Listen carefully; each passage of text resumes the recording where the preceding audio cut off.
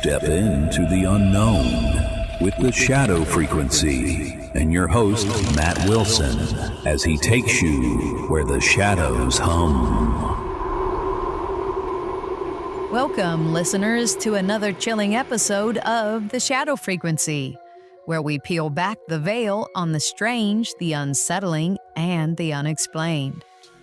I'm Juniper, your producer, and tonight we're diving into a place shrouded in whispers of terror and conspiracy. Dulce Base, New Mexico. Is it a secret underground facility where humans and aliens wage war? Are genetic experiments twisting life itself in the darkness below? Our host Matt Wilson is ready to guide you through the shadows of this disturbing tale. So dim the lights, lock the doors, and let's tune in to the frequency of fear. Matt, take it away in 3, 2, 1...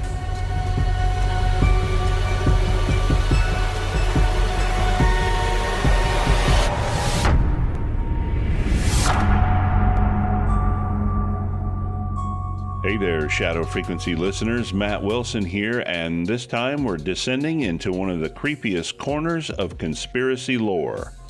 Dulce Base, a supposed underground facility buried beneath Archuleta Mesa in New Mexico.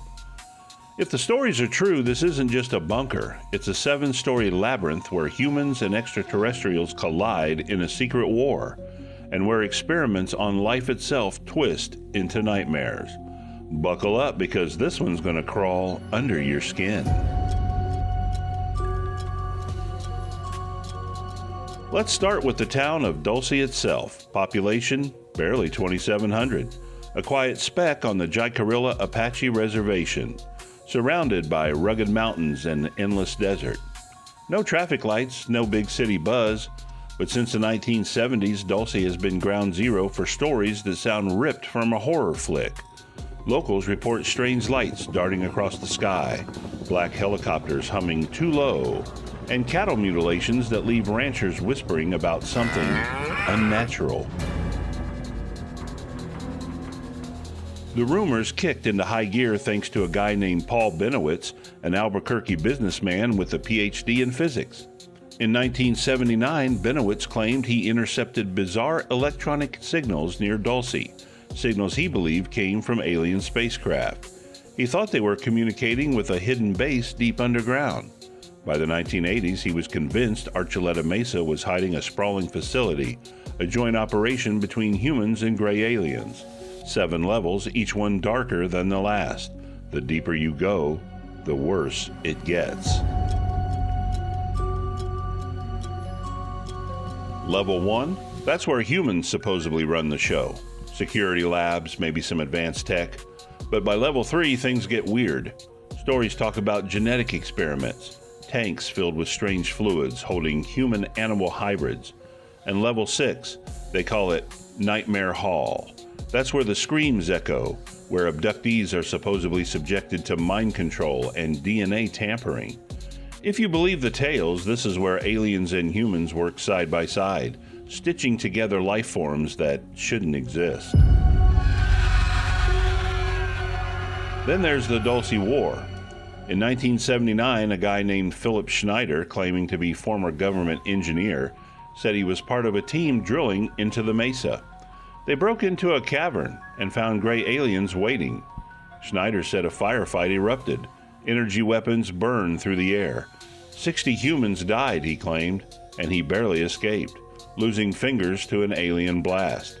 The story goes that this sparked an ongoing conflict, a shadow war between us and them, still raging below our feet. Now I know what you're thinking. Sounds like sci-fi gone wild. And yeah, there's no hard proof. No leaked blueprints, no verified photos.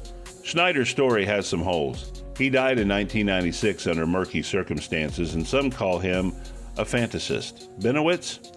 He was later discredited, possibly fed disinformation by the government to distract from classified projects. But here's what keeps me up at night. Dulce's stories don't stop. Locals still see lights, cattle still turn up dead, carved with surgical precision. And every year more people claim they've seen something. A hatch in the mesa. a shadow moving too fast. What if Dulce Base is real? What if right now humans and aliens are locked in a struggle we're not supposed to know about? Genetic experiments, hybrid creatures, a war for control. It's the kind of thing that makes you question what's really under the ground we walk on.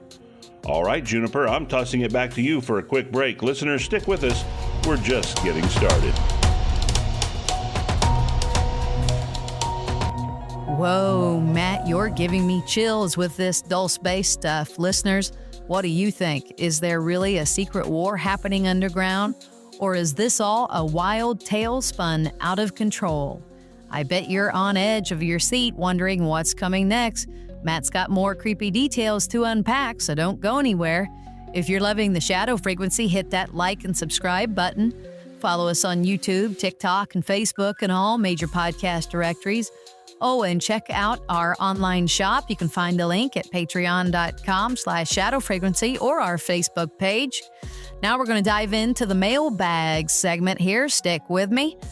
And this is the mailbag where we hear from you, our awesome listeners. And I got to hit the button there. It's time for the Shadow Frequency mailbag. Thank you very much, Chris. Right on time as always.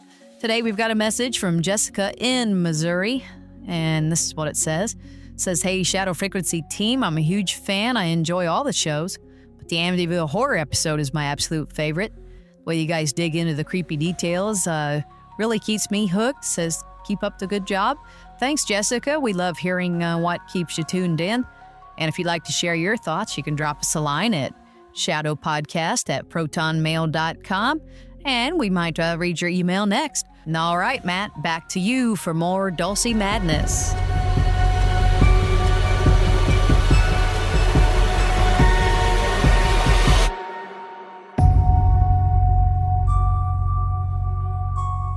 Welcome back, Shadow Frequency listeners. We're deep into the rabbit hole of Dulce Base, New Mexico, where rumors of human alien wars and genetic horrors refuse to die. If you thought the first half was unsettling, strap in. This gets darker. Let's talk about the cattle mutilations, because they're a big piece of this puzzle.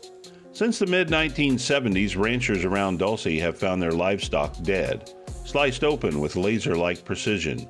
Organs missing, blood drained, no tracks or signs of a struggle. A retired New Mexico state trooper named Gabe Valdez investigated dozens of these cases. He found a bizarre fetus inside one cow, not a calf, but something he described as a mix of human, monkey, and frog. No bones in its head, just soft tissue. Valdez thought it might be an alien experiment. Skeptics say it's predators or secret government ops, but the locals? They're convinced something otherworldly is at play.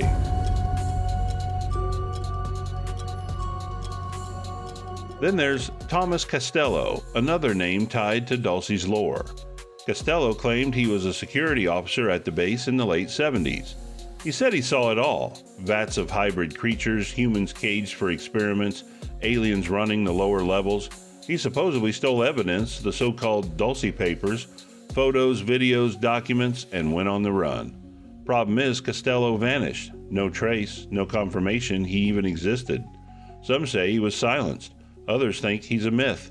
But his story keeps resurfacing like a ghost that won't stay buried. What's really wild is how Dulce's reputation grows despite the lack of proof. In 1987, ufologist John Lear backed Benowitz's claim, saying he had sources confirming the base. By the 90s, tabloids like Weekly World News were screaming about alien labs and human guinea pigs. Even the History Channel's UFO Hunters dove in, airing an episode that got yanked after it had allegedly hit too close to the truth. Bill Burns, the show's host, claimed they found evidence of a human-headed cow near Dulce. Yeah, you heard that right. Now let's play devil's advocate. Could Dulce be a cover story? The Cold War was peak time for secret bases, think Area 51. Maybe the government let these alien tales spread to hide the classified tech, like stealth aircraft or bioweapons. Political scientist Michael Barkin argues Dulce's stories are just too outlandish, even compared to other conspiracy theories. No photos of the base exist, no gates, no vents, nothing on Google Maps. I checked. It's just desert and rock. But here's the thing, absence of evidence isn't the evidence of absence. Dulce's isolation makes it perfect for secrets. Locals like Geraldine Julian, a lifelong resident, swear they've seen UFOs vanish into the mesa. Others talk about low-flying choppers that don't show up on radar. And every so often, someone claims they've been taken, abducted, experimented on, and then dumped back in the desert with memories that don't quite add up. So what's the truth? Is Dulce Base a battlefield where humans and aliens fight for dominance? A lab where life is twisted into something unholy? Or just a story that's grown legs because we want to believe? I don't have the answers, but I know this. The idea of a place like Dulce, hidden, alive with secrets, makes the world feel a little less safe, and maybe that's the real horror. Juniper, I'm handing it back to you to wrap us up. Listeners, thanks for diving into the shadows with me. Stay curious and watch the skies. And that's a wrap on another spine-tingling episode of The Shadow Frequency. Matt, you've got us all checking under our beds tonight. Listeners, if you love this dive into Dulce Base, don't miss our contest. First prize is the Bigfoot book, the encyclopedia of Sasquatch, Yeti, and cryptid primates, perfect for your paranormal shelf. Second prize, a deck of Bigfoot playing cards to spook up your game night. To enter, you can email us at shadowpodcast@protonmail.com with your favorite Shadow Frequency episode. You'll be in the drawing for May 10th. Until next time, keep your ears open and your flashlight close. This is Juniper, signing off, Shadow Seekers. Calling all Shadow Frequency fans. Enter our contest for a chance to win big. First prize, the Bigfoot book, the encyclopedia of Sasquatch, Yeti, and cryptid primates, the Real Unexplained collection. Second prize, Squatch Metalworks, Bigfoot playing cards, a unique 52-card deck with illustrations and facts, perfect for Sasquatch lovers. To enter, email shadowpodcast@protonmail.com with your favorite episode of our podcast. Drawing is May 10th, 2025. Tune in and throw your hat in the ring.